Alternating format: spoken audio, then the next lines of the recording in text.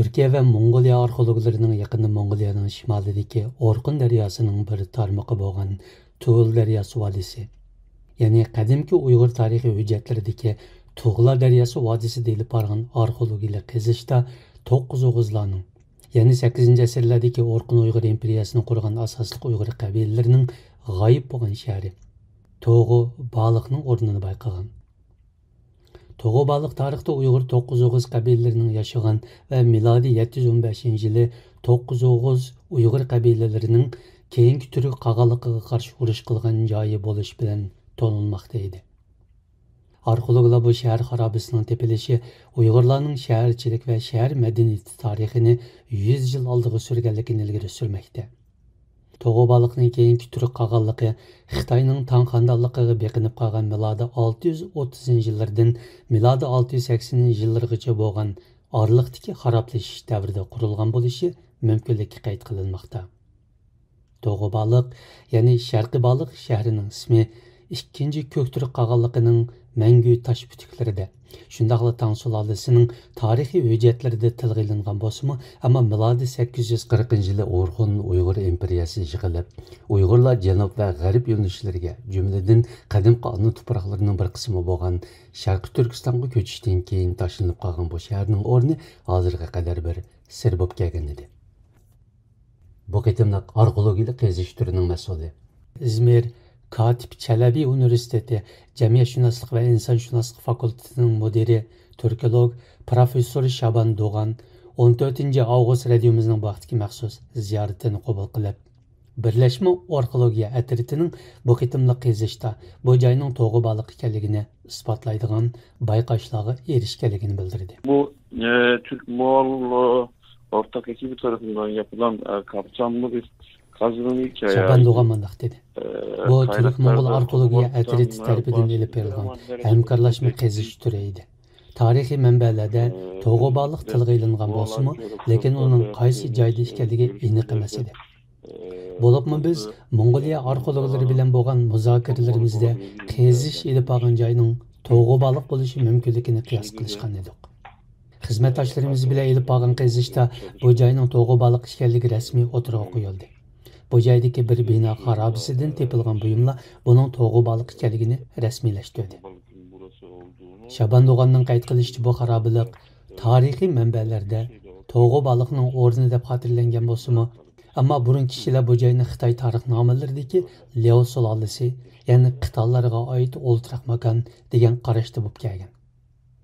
Lekin bu qitim arxeologlar bu xarobalikdagi bir bino temining ostingi qatlamidan Uyg'urlarning Toğu Balık shahriga tava sapal qochilarni topgan. Şaban Doğan Toğu Balıkni Uyg'urlardan keyin Xitoylarning ishlatganligini ta'kidlaydi. Biliyorsunuz kaynaklarda bahsedildi Toğu Balık. Profesör Şaban Doğan deydi. Tarixiy manbalarda Toğu Balıkning Tuğlar daryosi bo'yida ekanligi xotirlangan. Mongoliyada nurg'un shahar xarobalari bor. Bularning ichida bir qancha shahar xarobaligi Toğu Balık atrofiga joylashgan. Hozirgacha bu xarobaliklar Xitoylarga tava deb qaralib keldi. Hatto bu xarobaliklarda arxeologik qazish elib berilgan. Lekin Xitoylarga tava deb qaralgan bu xarobaliklardan Uyg'urlarga, ya'ni 9 Oğuzlarga oid sapal chinilarning chiqishi arxeologlarning diqqatini qo'zg'adi. Biz bu xarobalik atrofidagi bir binoning qoldiq o'rnida qazish elib bordik. Mening xizmatdoshlarim bu bino xarobasining temining ostidan Uyg'urlarning sapal chinilarini topdi.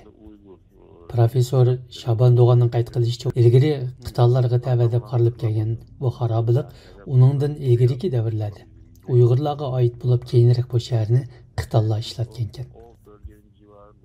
Amerikadagi Ipak yo'li madaniyat tadqiqotchisi doktor Qahar Barat Toğu Balık shahrining ismi Xitoyning kona yangi tangnomalarida uchraydiganligi, bu shahar Köktürk qag'alligining mangu toshlarida tilga ilingan bo'lsa-mu, biroq uning hozirga qadar ma'lum bo'lmay kelganligini bildirdi. Toğu Balık Uyg'urlarning qurgan eng dastlabki poytaxt shahri.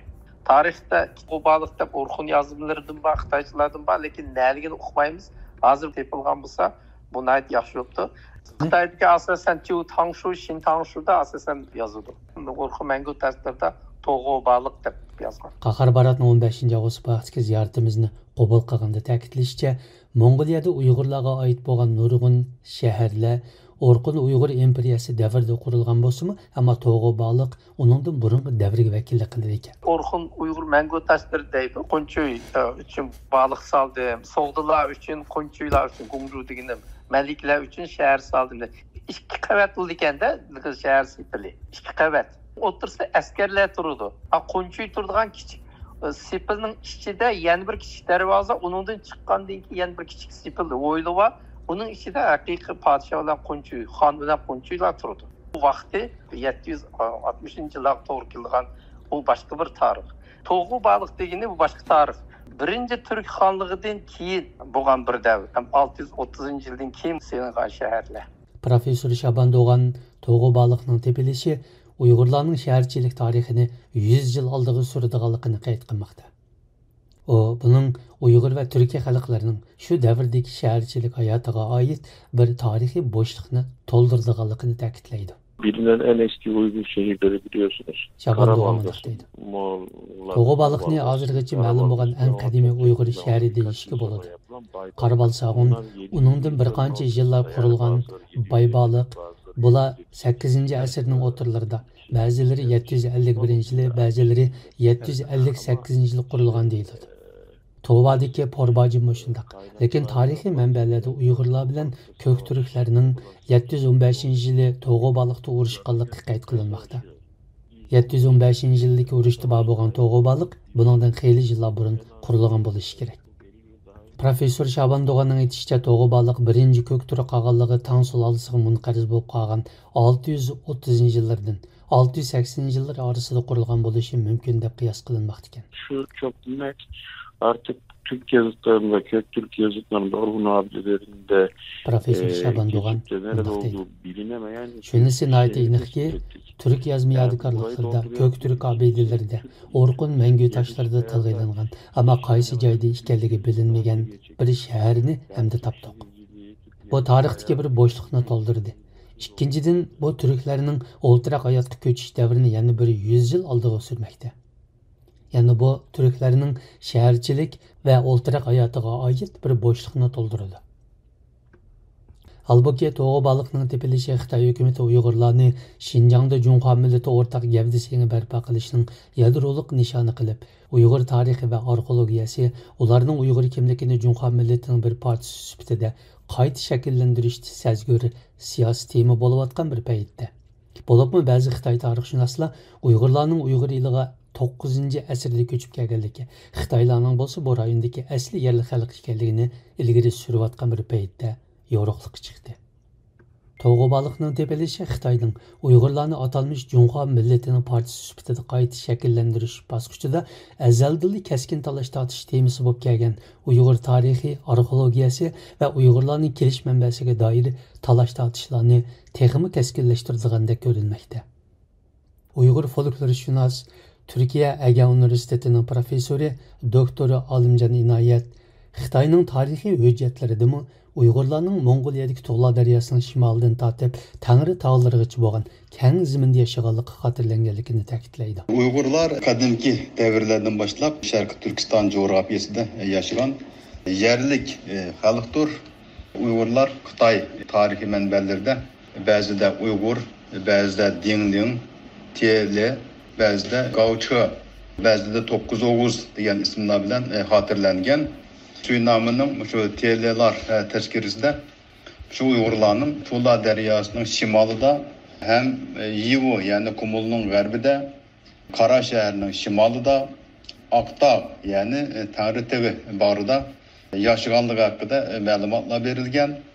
Bu tarixiy xotiralar shu Uyg'urlarning Xitoylar aytgandek 840-yildan keyin Sharq Turkistonga kelgan millat emas, balki bu zaminda yaşayan en qadimki xalqlarning biri ekanligini isbotlab berdi. Xitoy hokimiyatining Uyg'urlarning o'sha 840-yili Sharq Turkistonga kelgan degan hisobchasining hech qanday ilmiy asosi yo'qdir. Professor Alimjan Inoyat 15-avgust vaqtidagi ziyoratimizni qabul qilganini qayd qilishicha, Uyg'urlarning tarixda Yevrosiyadagi turk xalqlari ichida eng burun shaharlashgan madaniy bir xalq ekanligi tarixiy reallik ekan. Mongoliyada yashagan Uyg'urlar Orxun daryosi tarafida Qarabalg'asun nomli bir shahar qurgan. Ben bu şehrini ziyaret kılgan idim. Nihayet çoğun bir şehir. Yakında tepilgan Toğubalık olsa, Karabalgasun şehrinden burun kurulgan şehir. Tədqiqatçıların bu şehrin kuruluş vaxtını belgilep çıkışını kütümüz elbette. Məlum olganda ki Uygurlar köçmen Türk halkları içinde en burun oltıraqlaşkan ve şehir kurgan bir millet. Toğubalık yani Şərqi şehrinin tepilişi şu Uygurların şehirleşken medeniyetlik bir millet ikenligini yani bir katım ispatlap berdi. Halbuki Şaban Doğan Xitayning Uyg'ur tarixi arxeologiyasi va Uyg'urlarni Junxo millatiga aylantirish planiga doir siyosiy talash-tortishlarga baho berishni rad qildi. Ammo uning ko'rsatishicha, Uyg'urlarning shaharchilik tarixining uzun ham cho'nqur bo'lishi nihoyat aniq bo'lib, buni Xitoy yoki boshqa har qanday bir davlatning siyosiy plani yepib ketolmaydi ekan. Açıkçası güncel siyasette çok ilgilenmiyor. Profesör Doğan mundaq deydi.